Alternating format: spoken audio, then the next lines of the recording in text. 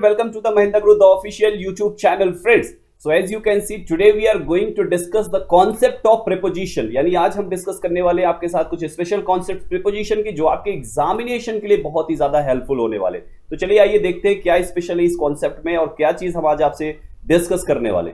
तो my dear viewers, मैं चाहूंगा यहां पर जो भी सेंटेंसेस आपके सामने वो एरर डिटेक्शन फॉर्म में हो। जैसा कि एक सेंटेंस आपके सामने आ चुका है, she walks on the road, वो एरर डिटेक्शन फॉर्म में हो या फिल इन द ब्लैंक के फॉर्म में हो। आपको क्या करना है, मेरे साथ साथ उनको प्रैक्टिस भी करते चलना है। So as the very first sentence is she walks on the road. थोड़ा सा पढ़ने में तो सही लग रहा है, she walks on the road, यानी वो रोड पर वॉक करती है। सही लग रहा है ये सेंटेंस, पढ़ने में तो बिल्कुल सही लग रहा है। और ऐसा अगर देखें तो लगभग हर कोई इस टाइप के सेंटेंसेस यूज करता है। But for your kind information, अगर हम यहां पर देखें तो my dear students, this preposition on is actually not correct. यहां पर इस ऑन प्रीपोजिशन का यूज नहीं होना चाहिए, होना चाहिए यहां पर she walks along the road, यानी इस जगह पर अलोंग का यूज करेक्ट है, ऑन इज एब्सोल्युटली राइट। अब इन दोनों के यूजेस एंड डिफरेंसेस पे थोड़ी सी बात कर लेते हैं। आखिर ऑन रॉन्ग कैसे हुआ, जबकि जनरली लोग से कहते हैं कि वो रोड पर वॉक करती है, ऐसा लोग बोलते हैं। But for your kind information, जब कभी भी रोड पर कोई वॉक करता है, वॉक पर फोकस करते हुए चलिएगा, जब कभी भी रोड पर कोई वॉक करता है तो रोड के बीच में नहीं कोई वॉक करता है, रोड के किनारे किनारे वॉक करता है। यानी जो वॉकिंग का अगर हम देखें, प्रीपोजिशन की जो पोजीशन होती है हमारी वॉक करते टाइम रोड पे जो कंसीडर की जाती है वो उसके साथ में वॉक करने को लेकर होती है। दैट्स वाई जब कभी भी कोई चीज किसी के पैरेलल चलता है तो उसके साथ आपको प्रीपोजिशन अलोंग लगाना होता है, ना कि preposition on. So I think आपको ये कॉन्सेप्ट क्लियर हुआ होगा आपको कि आखिर कैसे आपको इस केस में लगाना है। हाँ, अगर इसी जगह पर कुछ इस टाइप के सेंटेंसेस होते हैं कि अगर आपने एक और एग्जांपल देख लेते हैं इसमें, like he walks along the bank of the river. River अगर ऐसे ऐसे चल रही है तो वो भी ऐसे ऐसे वॉक कर रहा है, मतलब वो कैसे वॉक कर रहा है, along the bank of the river, यानी रिवर के किनारे किनारे। तो जब किसी के किनारे किनारे कोई भी एक्टिविटी होती है, उसी के पैरेलल में एक्टिविटी चलती है, तो in that condition we use this preposition that is along, यानी उस कंडीशन में हम अलोंग का यूज करते। एक कंडीशन और मुझे आपसे डिस्कस करनी, दैट इज दिस वन। अगर यही she walks along the road, यानी कि जो कि ऑन द रोड गलत था, रोड की जगह पे फुटपाथ लगा दीजिए तो ये सेंटेंस आपका करेक्ट है। क्यों करेक्ट है? क्योंकि रोड के किनारे किनारे चलते हैं, फुटपाथ के किनारे किनारे नहीं चलते, फुटपाथ पर चलते हैं एंड रोड के किनारे किनारे चलते हैं। तो इन केस ऑफ फुटपाथ आपको उस जगह पर वॉक्स के साथ ऑन लगाना है, और वही जब रोड के साथ का केस हो जाएगा तो वहीं पर आपको क्या लगाना है, अलोंग का यूज करना है। ठीक, एक और कंडीशन यहां पर क्या निकल कर आती है, शी का वॉकिंग हो रहा है फुटपाथ पर ऑन लगाकर, रोड पर अलोंग लगाकर। लेकिन यही शी की जगह पर अगर आप बाइक वगैरह डाल दीजिए, कार्स वगैरह डाल दीजिए, यानी कोई व्हीकल्स डाल दीजिए, तो व्हीकल्स कहां पर रन करती हैं, व्हीकल्स जो रन करती हैं उस केस में you will have to use on the road, यानी vehicles are running, cars are running, bikes are running, कहां पर, ऑन द रोड, यानी उस कंडीशन में फिर आपको ऑन यूज करना है। लेकिन जब शी का यानी किसी पर्सन का, ही शी दे, इस टाइप से किसी पर्सन की वॉकिंग वर्ड यूज होगा तो इन दैट कंडीशन रोड के लिए ऑन एंड फुटपाथ के लिए आपको, रोड के लिए अलोंग एंड फुटपाथ के लिए आपको ऑन यूज करना पड़ेगा। आई होप ये कॉन्सेप्ट क्लियर हो गया होगा, जो काफी डीप में हमने डिस्कस किया और जिसको लेकर कंफ्यूजन बनी रहती है। आई थिंक ये कंफ्यूजन आपकी रिमूव हो चुकी होगी। कुछ और एग्जांपल्स लेते थोड़े से different, like I am going to the market with my 5-year-old son. क्या लगता है इस सेंटेंस में, I am going to the market with my 5-year-old son, मैं अपने 5 साल ओल्ड बेटे के विद में, साथ में मार्केट जा रहा हूं। Is this correct? सही लग रहा है ये सेंटेंस? 5 साल का बेटा है, कितने ईयर ओल्ड है, 5 years old, he is only 5 years old, 5 years old सन। अब यहां पे 5 years old अगर सन के साथ अगर उसके पापा जा रहे हैं तो बेटे के साथ यहां 5 years के बच्चे के साथ में जा रहे हैं या 5 years के बच्चे को लेकर जा रहे हैं? तो आई थिंक आपका आंसर होगा कि सर यहां पे बच्चे के साथ नहीं जा रहे, बच्चे को लेकर जा रहे हैं। तो जब हिंदी में साथ की जगह लेकर का सेंस हो, किसी को लेकर अगर कहीं पे जाते हैं तो उस जगह पर विद के साथ आपको एक और वर्ड लगाना होता है, दैट इज अलोंग, यानी आपका जो करेक्ट आंसर होना चाहिए that must B along with. I am going to the market along with my 5-year-old son, यानी कि I am going to the market along with, मैं अपने बच्चे को लेके जा रहा हूं मेरा वो 5 ईयर ओल्ड सन मेरे साथ मार्केट जा रहा है, तो that son is going with me where, market, the market, right. वो मेरे साथ मार्केट जा रहा है एंड मैं उसको लेकर जा रहा हूं। क्लियर हो रहा है? तो उस कंडीशन में क्या है, जब किसी को लेकर कंडीशन होती है तो वहां पर आपको यूज करना होता है along with। केवल विद का यूज हम वहां पे नहीं करेंगे, क्योंकि विद मीन्स होता है साथ में। जब साथ का सेंस नहीं है, किसी को लेकर है, तो उस जगह पर आप यूज कीजिए। क्लियर हो रहा है?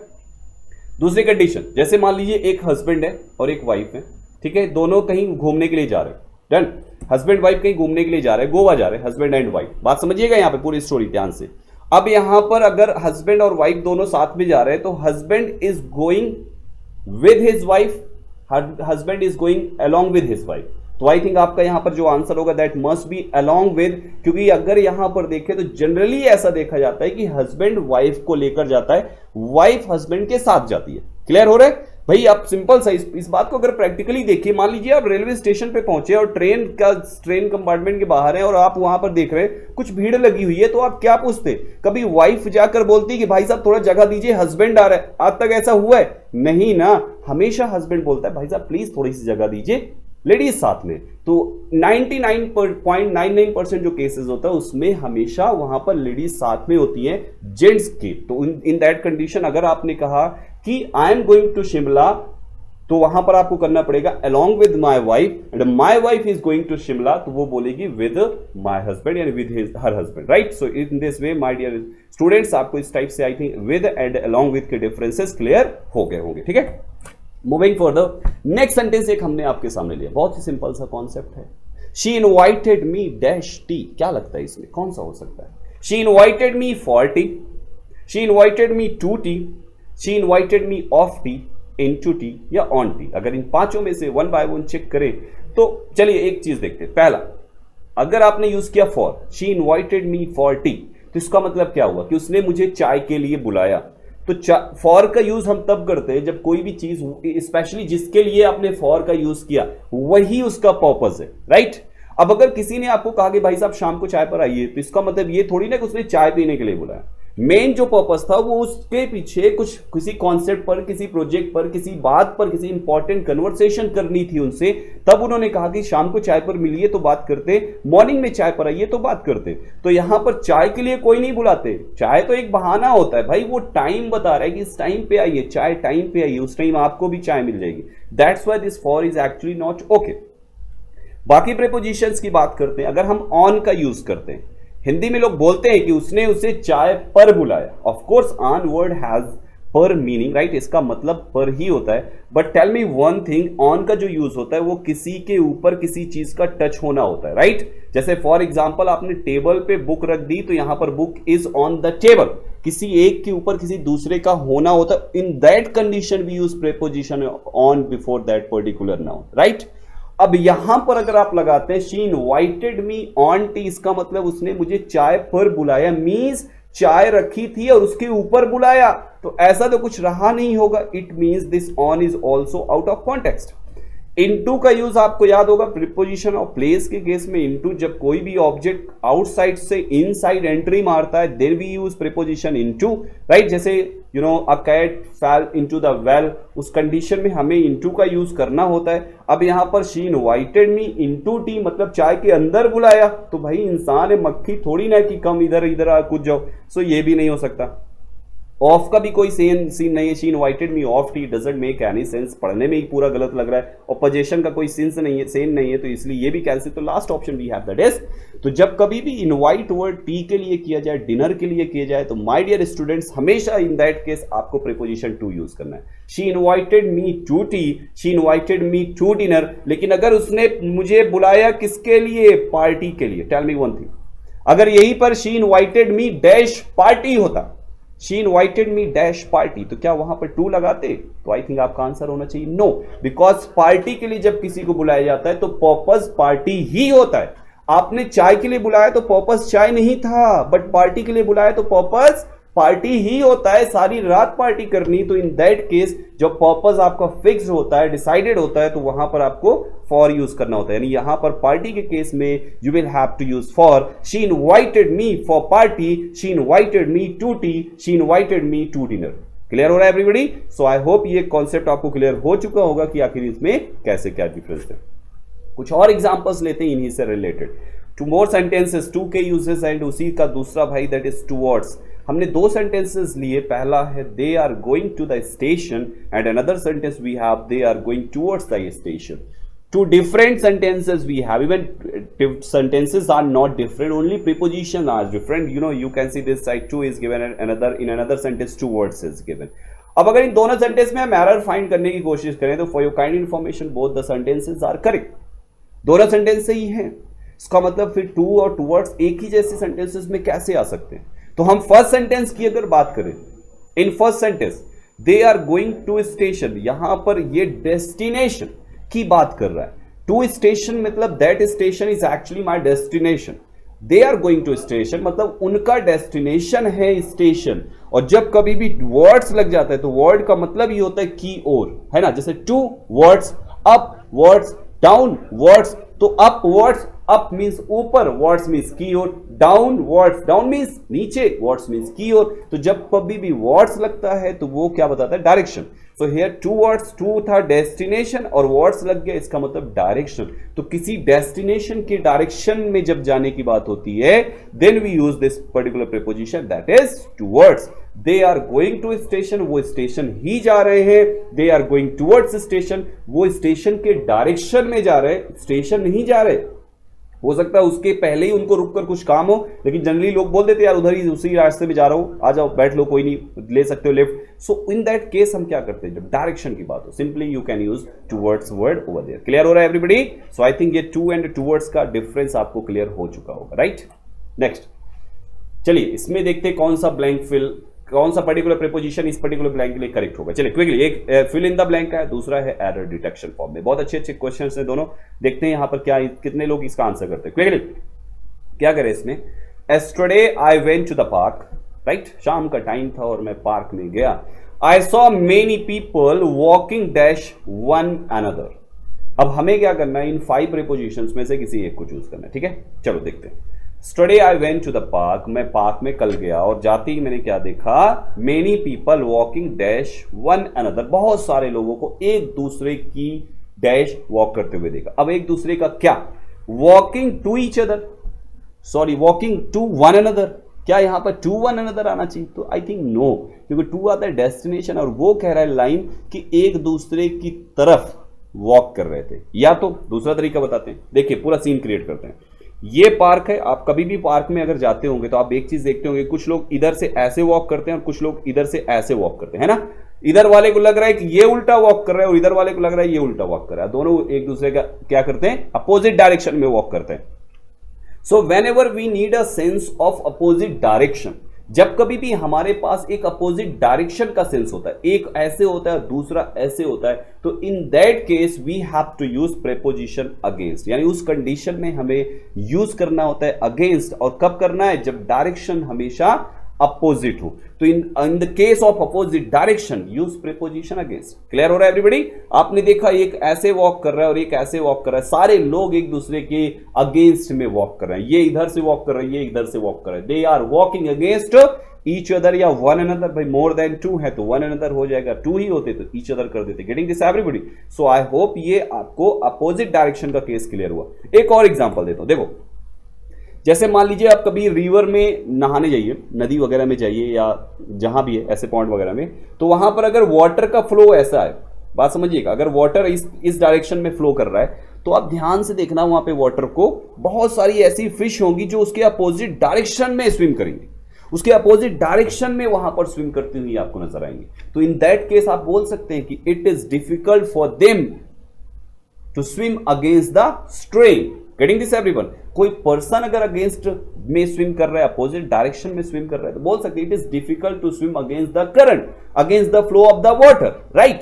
सो इन दैट कंडीशन वो क्यों अगेंस्ट लगाया? क्योंकि उसका जो डायरेक्शन था दैट वाज अपोजिट। अपोजिट जब भी हो जाए सीधा वहां पर अगेंस्ट उठा के लगा, ठीक? नेक्स्ट सेंटेंस की तरफ मूव करते हैं। Walking in the garden, fine, walking in the garden, I saw my friend leaning on the tree, is this correct? Walking in the garden यानी गार्डन में वॉक करते time I saw my friend, मैंने अपने friend को देखा। क्या कैसे देखा? लीन करते हुए ऑन द ट्री। अभी ट्री, ये ट्री बना हुआ है और मेरा जो फ्रेंड है, मैं वॉक कर रहा था और मेरा फ्रेंड यहां पे बैठा हुआ था ट्री के सपोर्ट में। तो माय डियर स्टूडेंट, जब कभी भी कोई एक ऑब्जेक्ट, पहला अगेंस्ट का यूज हमने क्या बताया? पहला यूज हमने बताया अपोजिट डायरेक्शन।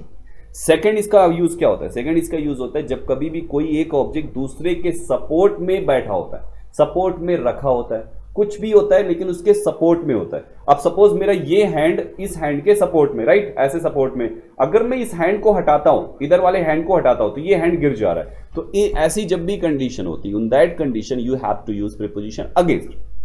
आपको ऐसी कंडीशन में अगेंस्ट लगाना है, यानी that friend, my friend was leaning against the tree. वो ट्री के ऑन में नहीं, वो ट्री के अगेंस्ट में लीन कर रहा था, ऑन में नहीं। दूसरा एग्जांपल देते हैं।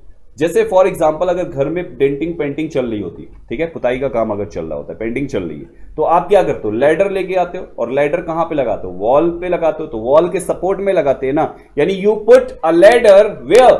Against the wall. तो उस कंडीशन में भी आप अगेंस्ट यूज करेंगे। Why? Because that ladder is with the support of that wall. अगर वॉल हटाया तो लैडर गिरेगा, उस कंडीशन में भी आपको लगाना होता है। क्लियर हो रहा है? सो आई थिंक समझ में आ रहा होगा आपको ये सारी चीजें। अच्छा, चलो एक नेक्स्ट एग्जांपल देखते हैं। बहुत अच्छा है यहां पर ये एग्जांपल है। There is a bridge on the river. What do you think about this question? There is a bridge on the river. Is it on the river? Of course on the river होना चाहिए। नहीं my dear students, on the river तो गलत होगा यहां पर। क्यों? क्योंकि रिवर अगर ऐसे है, ऑन का यूज हमने आपको बताया है कि जब कोई ऑब्जेक्ट किसी के ऊपर टचिंग पोजीशन में होती है तो वो ऑन होती है, राइट। अब जो ब्रिज बना है, वो ब्रिज क्या रिवर के ऊपर बना हुआ है? रिवर पे रखा हुआ है, ये रिवर यहां पे फ्लो कर रही, ऐसे ब्रिज रखा हुआ है, तो आई थिंक आपका आंसर होगा नो, ब्रिज रखा थोड़ी ना है, ब्रिज उस रिवर के ऊपर बना हुआ है, राइट।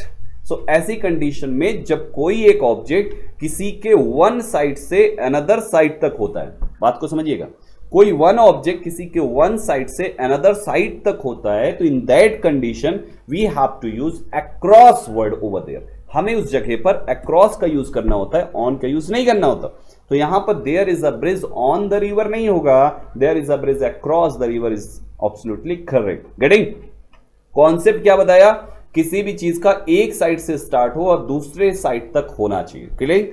जैसे आप एक चीज देखते होंगे, शहरों में क्या होता है, अगर रोड बनी है और डिवाइडर वहां पे नहीं है, तो हाईवेज वगैरह में रोड को क्रॉस करने के लिए ऊपर से एक लगा देते, आने जाने के लिए एक नॉर्मल सा पैथ, राइट। तो वो भी क्या है, there is actually a path across the road, across that particular road. तो वहां पर भी हम क्रॉस यूज करेंगे, क्योंकि that road is connecting both side of, I mean that bridge is connecting both side of that particular road. तो वहां पर भी हमें क्या लगाना पड़ेगा? अक्रॉस। तो अक्रॉस का पहला रूल क्या होता है? Rule number first, when ever something is both side of another thing, तो उस केस में आपको लगाना होता है अक्रॉस। ठीक है, let's have some more examples of across.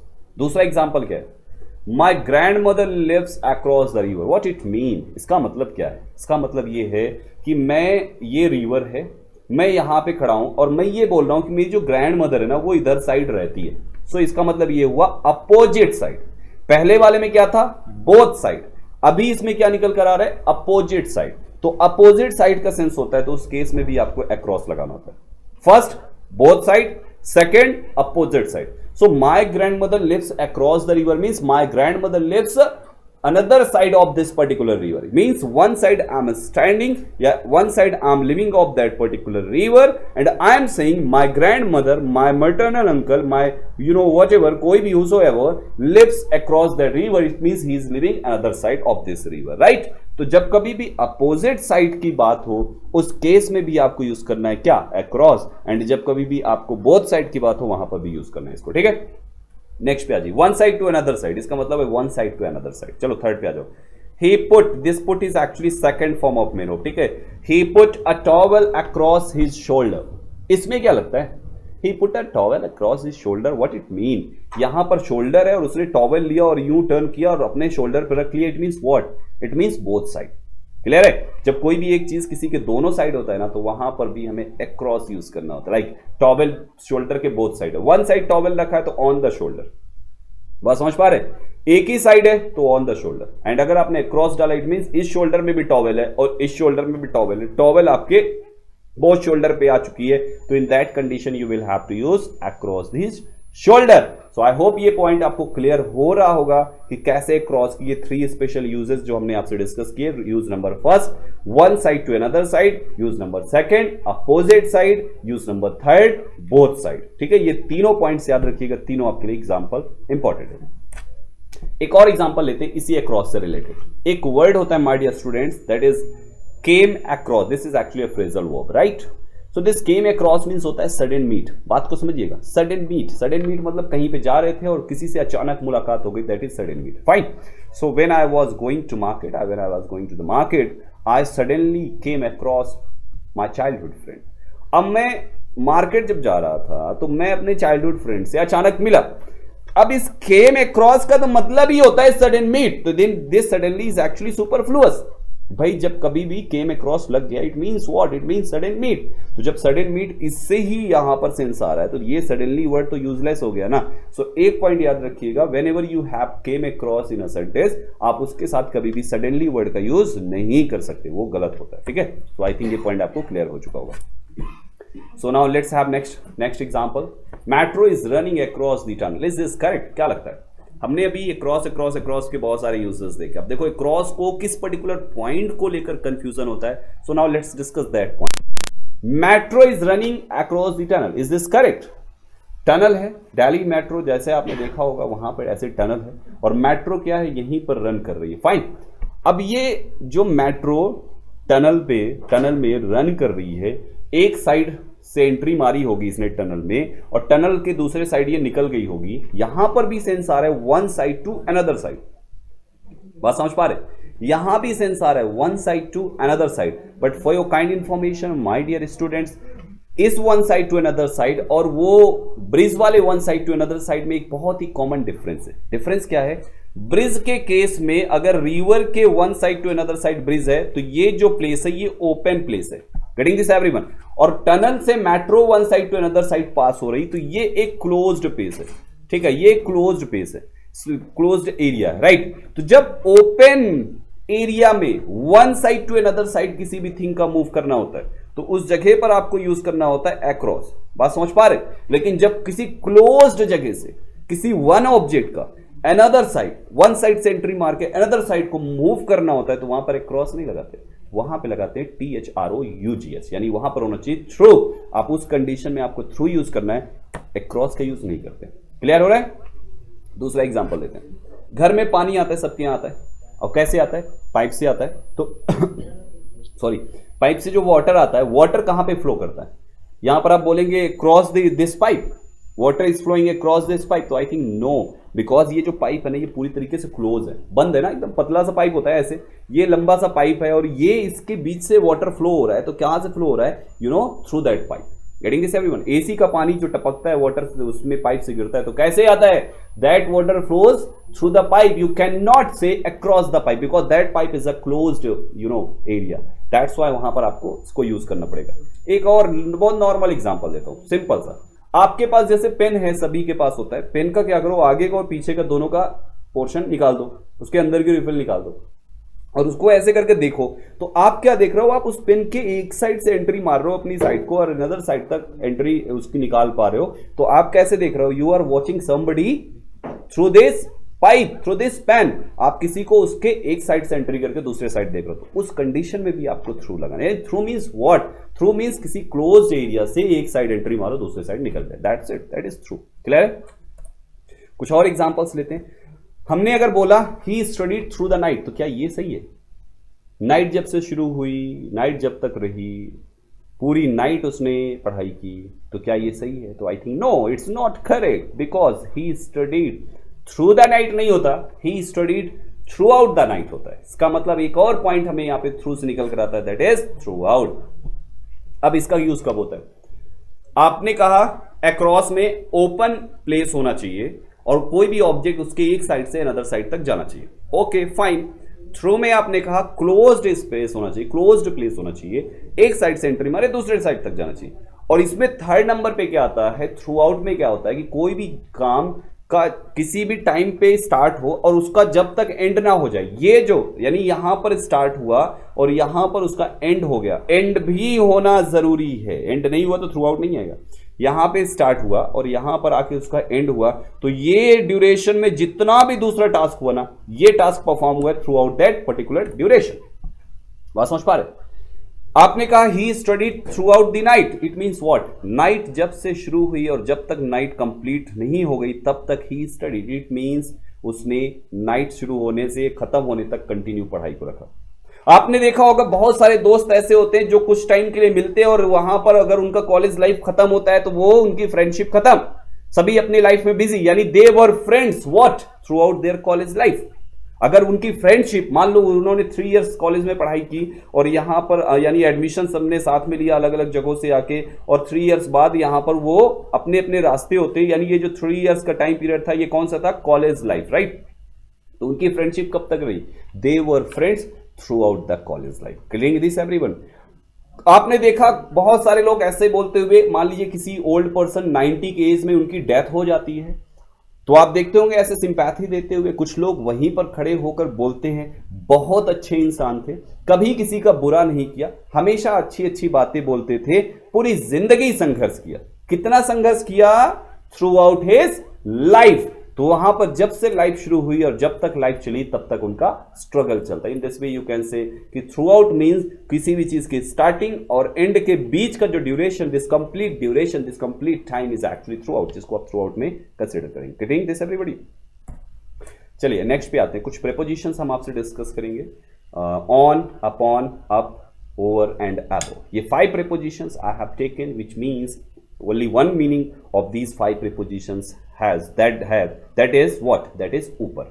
इन 5 का एक ही मतलब है और वो है ऊपर, ठीक? लेकिन these 5 prepositions have their different uses। इन 5 का अपना अलग अलग यूज है, आप एक की जगह पर दूसरे का यूज नहीं कर सकते। तो आइए देखते हैं 5 के क्या यूज है, ठीक है? बहुत अच्छे prepositions हैं। Seeing a lion, I climbed dash the tree, right? Seeing a lion, I climbed dash the tree। यहां पर आप एक चीज देख रहे हैं कि एक पर्सन था, पहले ये ट्री थी, ये ट्री पे यहां पे एक पर्सन खड़ा है, ठीक है? लॉयन को आते हुए देखा और ये सीधा चढ़ गया। इसका मतलब इसकी जो पोजीशन थी ये ऊपर की तरफ मूवमेंट थी, राइट? ऊपर की तरफ क्लाइंब कर रहा है, ऊपर की तरफ ये जा रहा है। जब कोई ऑब्जेक्ट ऊपर की तरफ बढ़ रहा होता है, मूवमेंट कर रहा होता है, वो चाहे 90 के एंगल में जाए, चाहे 60 के एंगल में जाए, चाहे 30 के एंगल में जाए, किसी भी डायरेक्शन में जाए, जब कभी भी कोई ऑब्जेक्ट ऊपर के साइड मूवमेंट पर होता है, in that condition we have to use only one preposition, that is up. यानी यहां पर जो आपको यूज करना है, that must be seeing a lion, I climbed up the tree. Getting? Second पे आ जाओ। There are many books dash the table. बहुत अच्छा है सेंटेंस, यहां पर इसमें समझेंगे। There are many books dash the table, क्या लगता है कौन सा हो सकता है? Many books dash the table, what do you think about this one? एक टेबल है, उस टेबल पे बहुत सारी बुक्स रखी हुई हैं, तो वो बुक्स कहां पे रखी हैं? On the table. यानी कोई ऑब्जेक्ट किसी के ऊपर है, किसी के ऊपर रखा हुआ है, उसके ऊपर वो स्टेबल पोजीशन में हो या तो मूविंग पोजीशन में हो। बात समझिए, यहां पे मैंने क्या कहा? कोई ऑब्जेक्ट किसी के ऊपर स्टेबल हो या तो वो उसके ऊपर मूविंग कंडीशन में हो। In both condition you have to use preposition on. अब स्टेबिलिटी वाला तो सबको समझ में आता है, मूविंग के केस में कैसे होता है देखो। जैसे फॉर एग्जांपल टेबल पे आपने एक पेन रख दिया, अब ये पेन क्या कर रहा है? उस पे रोल कर रहा है, ऐसे घूम रहा है उसी पे। तो that pen is rolling where? That pen is rolling on the table. आप वहां पर दूसरा प्रीपोजिशन अपॉन द टेबल नहीं कर सकते। अपॉन की पोजीशन तब होती है जब आप उस टेबल पर उस पेन को फेंकते। आपने पेन को फेंका, you threw that pen where? Upon the table. जब पोजीशन वहां पर कोई ऑब्जेक्ट किसी के ऊपर बाहर से आएगी तो वहां पर आपको यूज करना होता है अपॉन, लेकिन उसी के ऊपर है, अब वो स्टेबल हो या मोशन हो, in both condition you will have to use preposition on. Getting? तो अब यहां पर अगर देखें तो इसके हिसाब से पहले में अप था एंड सेकंड में ऑन होता है। Done? Next, a dog jumped dash the table. अब यहां पर डॉग की पोजीशन टेबल से 2 चीजें होंगी। पहली पोजीशन क्या होगी? ये एक टेबल है, ये टेबल है, और जो डॉग है उसने यहां से जंप मारी और वो टेबल पे आके बैठ गया। बात समझिएगा, अगर डॉग जंप मारने के बाद टेबल पे आके बैठ गया तो इस जगह पर आएगा upon the table. A dog jumped upon the table. लेकिन अगर डॉग ने जंप मारी और टेबल को क्रॉस करके अनदर साइड आ गया, डॉग ने जंप मारी एंड टेबल को क्रॉस कर गया और उसके एक साइड से दूसरे साइड को चला गया, तो इन दैट कंडीशन जो आपको प्रीपोजिशन यूज करना है वो प्रीपोजिशन होगा ओवर। यानी अगर इस केवल सेंटेंस से देखें तो इसमें आप दोनों प्रीपोजिशन लगा सकते हैं, आप अपॉन भी लगा सकते हैं, आप ओवर भी लगा सकते हैं, क्योंकि आपको क्या पता डॉग की पोजीशन करंट में है, आपको ये थोड़ी ना पता है। अगर ये यहां पर ये मेंशन होता है कि डॉग टेबल पे जाके बैठ गया, तो in that condition you will have to use only one preposition, that will be upon. Clear है? इतने सेंटेंस तो पता ही नहीं चल रहा ना, तो जब नहीं पता चल रहा तो आपके लिए दो ऑप्शन है, ईदर ओवर और अपॉन, आप दो में से जो मर्जी आप उसका यूज कर सकते हैं। क्लियर हो रहा है एवरीबॉडी? चलिए नेक्स्ट को देख लेते हैं। नेक्स्ट में क्या है, an aeroplane flu dash the lake. अब यहां पर तो फिक्स है कि ये लेक है और एरोप्लेन उसको क्रॉस करके ही गई होगी, तो जाहिर सी बात है यहां पर दूसरा प्रीपोजिशन आने के चांसेस नहीं, यानी यहां पर होना चाहिए था ओवर। ठीक है,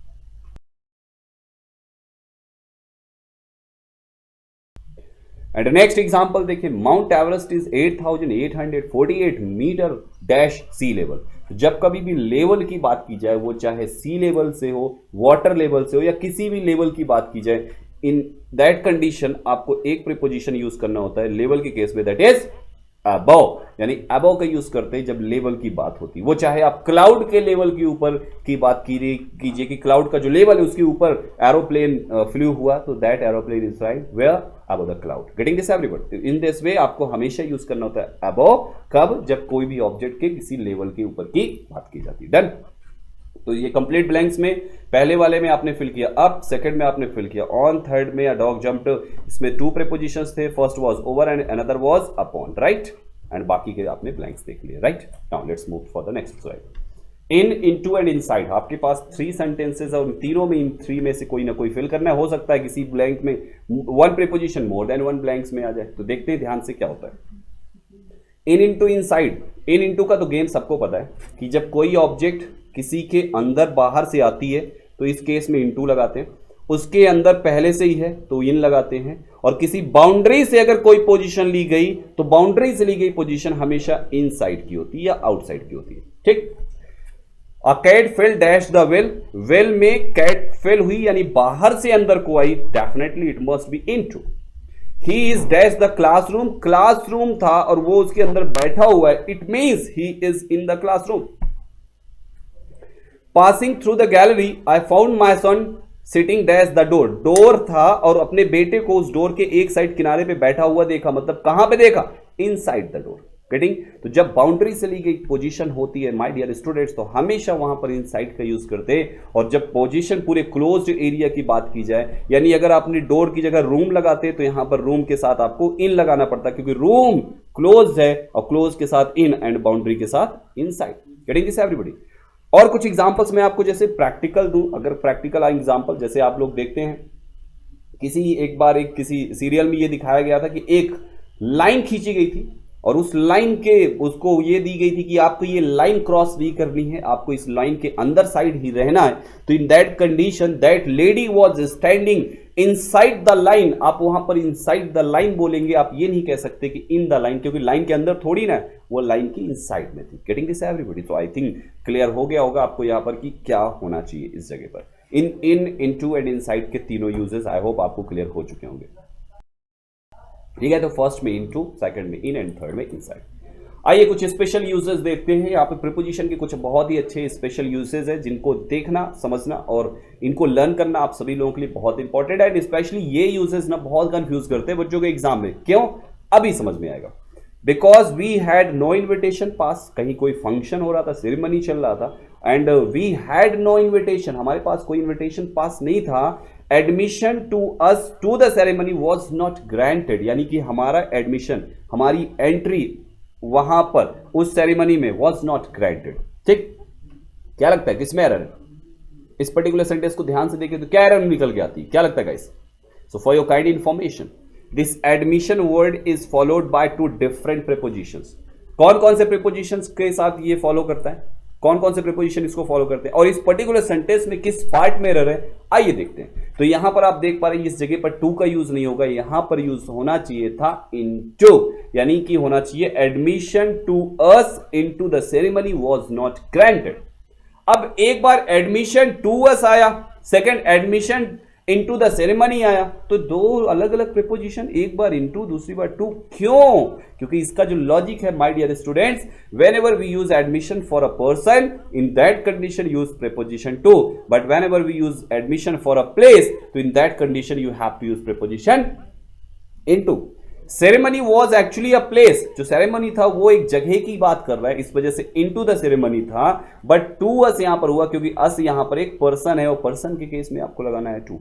तो ये पॉइंट लॉक कर लीजिएगा। Admission is followed by two different prepositions, preposition to for person, admission to a person, admission into a place, admission to a person, admission into a place, admission to a person, admission into a place. तो ये point आपको अच्छे से learn होने चाहिए। ऐसे ही next example हमने यहां पर आपके लिया, that is related to anger. ध्यान से कीजिएगा इसको। My anger is not for you but on your rude behaviour. What do you think about this question? इसमें क्या एरर हो सकता है? तो देखते हैं यहां पर इस पर्टिकुलर सेंटेंस में जो एरर है वो टू डिफरेंट प्रीपोजिशंस को लेकर है, यानी पहले में फॉर और दूसरे में ऑन, ये दोनों यूज नहीं होते एंगर के साथ। तो आता क्या है एंगर के साथ? सबसे पहला एंगर के साथ टुवर्ड्स एंड एट का यूज होता है, और उसकी जो कंडीशन है वो ये कि whenever we use anger for something, उसके केस में एट लगाते हैं, और towards a person at something. Towards you, my anger is not towards you, my anger is at your rude behaviour, my anger is not towards you, you एक हो गया person, but at your rude behaviour, rude behaviour जो हो गया ये हो गया आपका थिंग। तो anger at something, anger towards a person, ये पॉइंट को अच्छे से लॉक कर लीजिएगा, इंपॉर्टेंट है और एग्जाम में ऐसे क्वेश्चंस डाल सकता है। समथिंग यानी थिंग को लगा के उसने टूवर्ड्स डाल दिया तो प्रॉब्लम, या पर्सन लगा के उसने टू एट कुछ भी डाल दिया तो प्रॉब्लम। तो इन दिस कंडीशन आपको ये पॉइंट्स पता होने चाहिए। Got it? Let's have next sentence. The nomination of Modi ji in the post of PM was a matter of joy. So यहां पर बात चल रही है नॉमिनेशन की, तो इस पर्टिकुलर सेंटेंस में क्या एरर हो सकता है गाइस? क्विकली, इस पर्टिकुलर सेंटेंस में क्या एरर हो सकता है? The nomination of Modi ji is in the past of PM, in the post of PM was a matter of joy. What do you think about this question? Then of course the part which you have to mark that must be preposition in, क्योंकि in the post नहीं होता, to the post of PM should be there, यहां पर आपको to लगाना था ना कि इन। अब ऐसा क्यों हुआ? क्योंकि नॉमिनेशन के साथ दो कंडीशन होती है, नॉमिनेशन ऑफ अ पर्सन होता है, नॉमिनेशन टू अ पोस्ट होता है। नॉमिनेशन ऑफ मोदी जी ये हो गए person, nomination to the post of PM, यानी ये जो पोस्ट के केस में टू लगाते हैं और पर्सन के केस में रीडिंग। सो आई थिंक ये क्लियर हो रहा होगा कि नॉमिनेशन के साथ दो प्रीपोजिशंस आते हैं, nomination of a person, nomination of Modi ji, nomination of anybody, किसी का भी अगर नॉमिनेशन है तो nomination of that particular person, but जिस पोस्ट के लिए हो रहा है उसके लिए प्रीपोजिशन टू लगाना है, यानी nomination to a post, nomination of a person. ये कंडीशन आपको याद रखनी है, ठीक है? आ रहा है समझ में? बहुत बढ़िया। नेक्स्ट लेते हैं, बहुत अच्छा यहां पर ये एग्जांपल है, that is related to profit. Profit तीन टाइप का होता है, profit in, profit to, profit of. अब तीनों को समझो। I had a large profit in business, business के केस में profit in. Your loss will be profit to your opponent, person के केस में preposition to, profit to. The profit of honest labour is always injury, thing के case में, something के case में profit of, यानी profit is followed by three different prepositions, तीन अलग अलग प्रीपोजिशंस होते हैं। Something profit of, someone profit to, business profit in. यानी इस कंडीशन में ये तीनों पॉइंट याद रख लीजिएगा, बहुत इंपॉर्टेंट है। प्रॉफिट के साथ ये थ्री कब कब लगते हैं?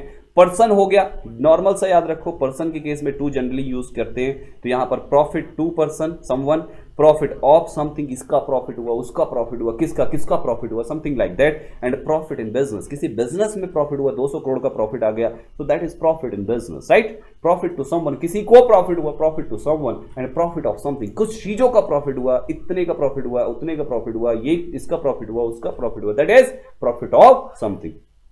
तो ऐसी कंडीशन में ये प्रॉफिट के साथ ये थ्री कंडीशंस थी जो आपको आना जरूरी था, right? This is actually the last slide, जल्दी से इसको देखेंगे और इसमें बताएंगे कि आखिर इसमें क्या कंडीशन है फॉर योर काइंड इन्फॉर्मेशन। अच्छा, अभी प्रॉफिट के वाले केस में उसमें तीनों सेंटेंस करेक्ट थे, कोई भी सेंटेंस में एरर नहीं थी, ठीक है? ये दोनों सेंटेंस भी करेक्ट है, बस आपको लर्न करना है कि थ्रेड के साथ ऑफ भी आता है और थ्रेड के साथ टू भी आता है, आखिर ये दोनों का यूज कब होता है ये पार्ट आपको पता होना चाहिए।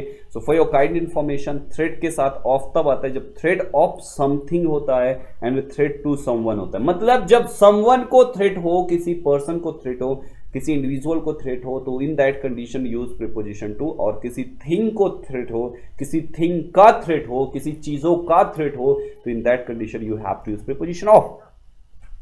The world is living in a constant threat of nuclear war. ये न्यूक्लियर वॉर जो है वो क्या हो गया, समथिंग, इसलिए थ्रेट के साथ क्या यूज हुआ, प्रीपोजिशन ऑफ। लेकिन सेकंड में क्या करें, nuclear war is a real threat to the world. इस वर्ल्ड में कौन रहता है, पीपल, यानी यहां पर ये कौन सी केस हो गया, समवन का केस हो गया। दैट्स व्हाई यहां पर क्या लगा है, preposition to with threat, right. So इस टाइप से ये थ्रेट की जो टू कंडीशंस थी हमने आपसे डिस्कस किया। आई होप आपको ये सारे पॉइंट्स और ऑब्जेक्टिव्स के जितने भी इंपॉर्टेंट एस्पेक्ट्स हैं हमने टच किए। आई होप आपको समझ में आया होगा एंड डेफिनेटली आपको वीडियो पसंद आया होगा। If you like the video then definitely you can click on the like button, do comment the video. हमें जरूर बताइए कि आखिर आपको वीडियो कैसा लगा। शेयर कीजिए अपने फ्रेंड्स एंड रिलेटिव से, सब्सक्राइब कीजिए हमारे चैनल को। Thank you so much being with us, thanks for watching this video.